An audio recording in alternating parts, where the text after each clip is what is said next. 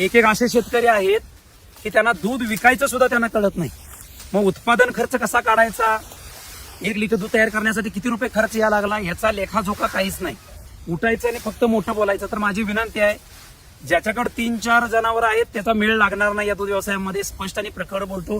कुणी वाईट कमेंट करायची काही गरज नाही. जे सत्य आहे ते तुमच्या समोर ठेवतो. ज्याच्याकडे 8-10 जनावर आहेत त्याच्यामध्ये 5-6 दुधाची पाहिजेत आणि 2-3 वेळेला झाली पाहिजेत. जरा गोट्याकडे लक्ष द्या, गाभाच्या तक्रारीकडे लक्ष द्या, गोठ्यामध्ये किती जनावर किती दिवस झालं डिलिव्हरी होऊन त्याच्याकडे लक्ष द्या. गर्भाशयातनं घाण पडते का बघा, त्याच्यामध्ये औषध सोडून घ्या. हाही अतिशय महत्वाचा विषय आहे. दुसरी गोष्ट आहे, तंत्रज्ञानाचा उपयोग करा. तुमचं कष्ट, शारीरिक कष्ट, इथं बी वैरण तोडणार आणि तिथं बी हाताने धार काढणार, म्हणजे कमरेच्या मणक्याचा 100% फॉल्ट या ठिकाणी होणार. तर तुम्हाला या ठिकाणी सायलेज तुम्ही एकदाच तुम्ही मक्याची वैरण करा आणि तो मका तुम्ही 1 वर्षभर या ठिकाणी जनावराला खाऊ घाला. मिल्किंग मशीन या घरातल्या माणसाने धार काढा. तुमचं शारीरिक कष्ट या ठिकाणी कसं कमी होईल त्याबद्दलचा प्रयत्न करा.